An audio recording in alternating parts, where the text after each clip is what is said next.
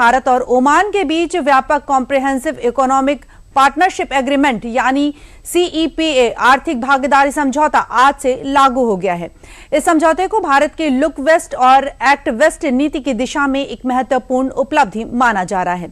सरकार का मानना है कि यह समझौता न केवल दोनों देशों के बीच व्यापार और निवेश को नई ऊंचाइयों तक पहुंचाएगा, बल्कि भारत को पश्चिम एशिया, अफ्रीका और यूरोप के बाजारों तक बनाने में मदद करेगा। भारत और ओमान के बीच ऐतिहासिक रूप से घनिष्ठ संबंध रहे हैं। दोनों देशों के बीच समुद्री व्यापार का इतिहास हजारों वर्ष पुराना है। आज भी ओमान खाड़ी क्षेत्र में भारत का एक महत्वपूर्ण रणनीतिक और आर्थिक साझेदार है। ऐसे में CEPA का लागू होना दोनों देशों के आर्थिक संबंधों में एक नए अध्याय की शुरुआत है। केंद्रीय वाणिज्य और उद्योग मंत्री पीयूष गोयल ने भारत ओमान मुक्त व्यापार समझौते यानी CEPA को भारत की वैश्विक व्यापार रणनीति का महत्वपूर्ण स्तंभ बताया। 1 जून 2026 से लागू हुए इस समझौते का उद्देश्य दोनों देशों के बीच व्यापार, निवेश और आर्थिक सहयोग को नई ऊंचाई देना है। Commerce was a way of life. Today we formalize that way of life between Oman and India. The India-Oman Comprehensive Economic Partnership Agreement signed 6 months ago is entering into force today.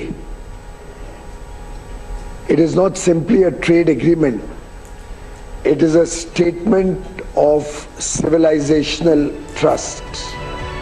इस समझौते के तहत भारत को Oman के बाजार में लगभग 98% उत्पाद श्रेणियों पर शुल्क रियायत या फिर शुल्क मुक्त पहुंच मिलेगी। वस्त्र, परिधान, चमड़ा, रत्न और आभूषण, इंजीनियरिंग उत्पाद, ऑटो कंपोनेंट्स, कृषि उत्पाद, समुद्री उत्पाद, फूड प्रोसेसिंग और फार्मास्यूटिकल्स जैसे क्षेत्रों के लिए ओमान का बाजार और अब अधिक सुलभ हो जाएगा। विशेषज्ञों का मानना है कि भारतीय वस्त्र उद्योग इस समझौते का सबसे बड़ा लाभार्थी बन सकता है।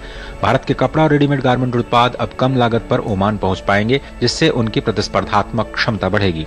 इसी तरह से भारतीय दवाओं और मेडिकल उपकरणों की मांग भी खाड़ी क्षेत्र में बढ़ने की संभावना है। केवल वस्तुओं का व्यापार ही नहीं बल्कि सेवा क्षेत्र को भी इस समझौते से बड़ा लाभ मिलने की उम्मीद है।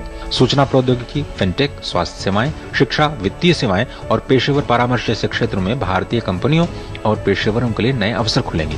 ऊर्जा, पेट्रोकेमिकल्स, हरित हाइड्रोजन, नवीकरणीय ऊर्जा, लॉजिस्टिक्स और बंदरगाह क्षेत्र में भी कारोबार बढ़ने की संभावना है। भारत सरकार लंबे समय से वैश्विक व्यापार में अपनी हिस्सेदारी बढ़ाने पर जोर दे रही है।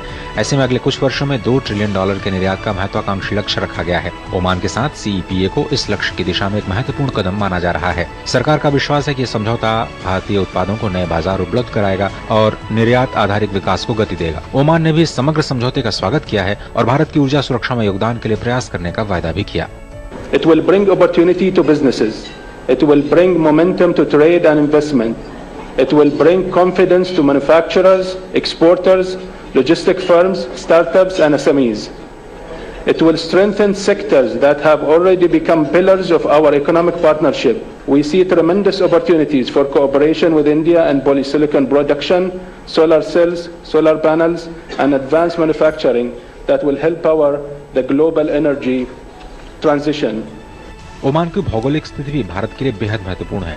अरब सागर के किनारे स्थित ओमान पश्चिम एशिया और अफ्रीका के बीच एक महत्वपूर्ण व्यापारिक केंद्र है। ओमान के बंदरगाहों और लॉजिस्टिक नेटवर्क का उपयोग कर भारतीय कंपनियां क्षेत्रीय और वैश्विक बाजारों तक अपनी पहुंच बढ़ा सकती हैं। यही कारण है कि CEPA को केवल व्यापार समझौता नहीं बल्कि रणनीतिक साझेदारी को मजबूत करने वाला कदम भी माना जा रहा है।